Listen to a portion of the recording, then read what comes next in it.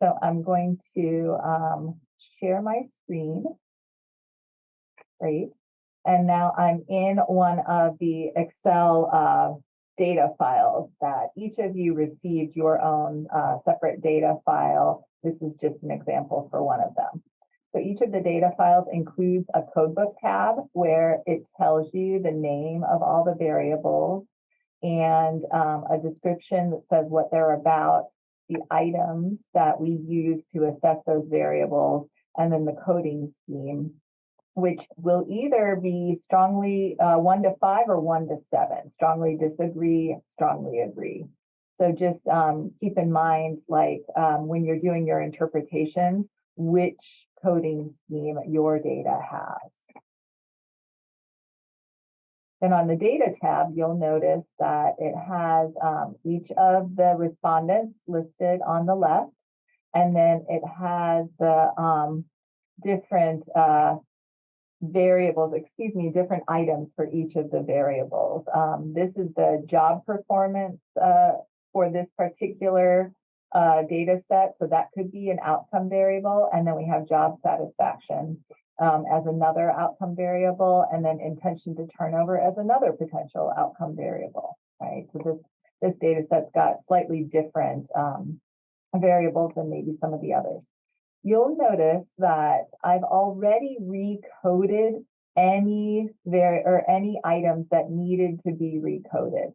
So you don't have to recode any of the items. They're already coded so that all of the items face in the same direction.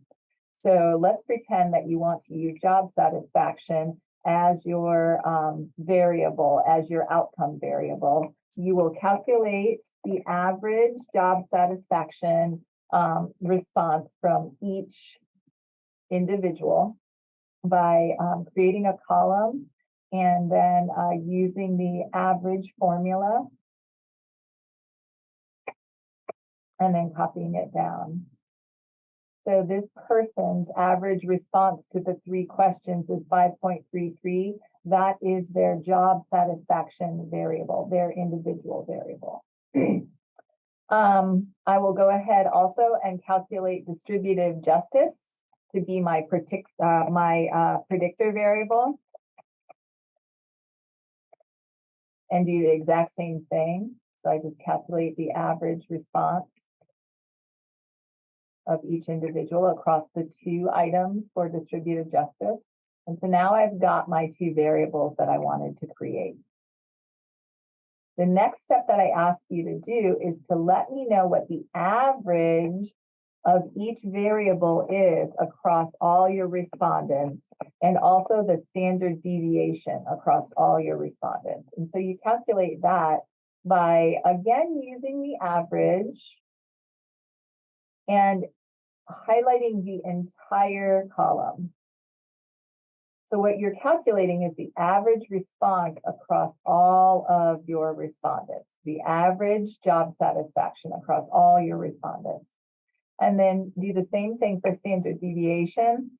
If you don't have the SDEV.P under your recently used, no worries. You'll also find it under more functions and statistical, and just scan until you find it. There's mine. And you do the same thing. You say, okay, I want to get the standard deviation across all my responses. All right, and so you've got your average and standard deviation for job satisfaction. And now you're going to do the same thing for distributive justice. And I'm just doing 2 of the variables, but I would like you to do this exercise for all of the variables in your data set. Like I'd like to see them all, because then the next step that you're going to do is actually calculate the correlations and the regressions for all of your variables. You're going to do correlations and regressions. All right, so I've got my job satisfaction as my outcome variable. I'll create a new sheet and I'll paste values, right? Don't paste the formulas, paste values for job satisfaction. That's my outcome variable. And then I'll also copy and paste the values for distributive justice. In my example, this is my prediction, my predictor variable. You're going to have many more variables in your example. I'm just showing you two because it's the basics that you need to know in order to do your analysis. And then you're going to go to data analysis, and choose correlation.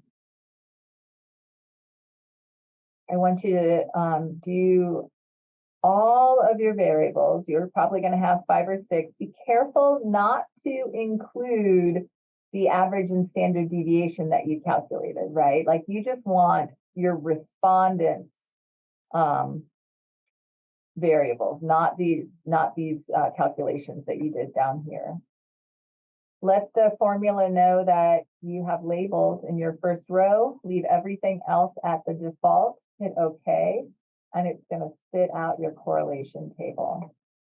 And so there's a pretty strong correlation between distributive justice and job satisfaction, 0.52. All right. Then you're going to go back to your data again.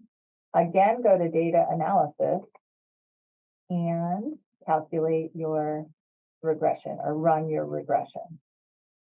Your Y is your outcome variable. So highlight job satisfaction, the whole column, not these two down here, but the whole, all your responses. And then your predictor variable, you can have several. You can put several in which case you would just highlight several columns. I only have one in my instance, but you can have several different predictor variables. Let the formula know that you have labels. Leave everything else at the default.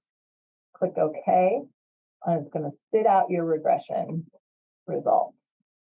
I want you to interpret the R-square and adjusted R-square. I want you to explain the F statistic.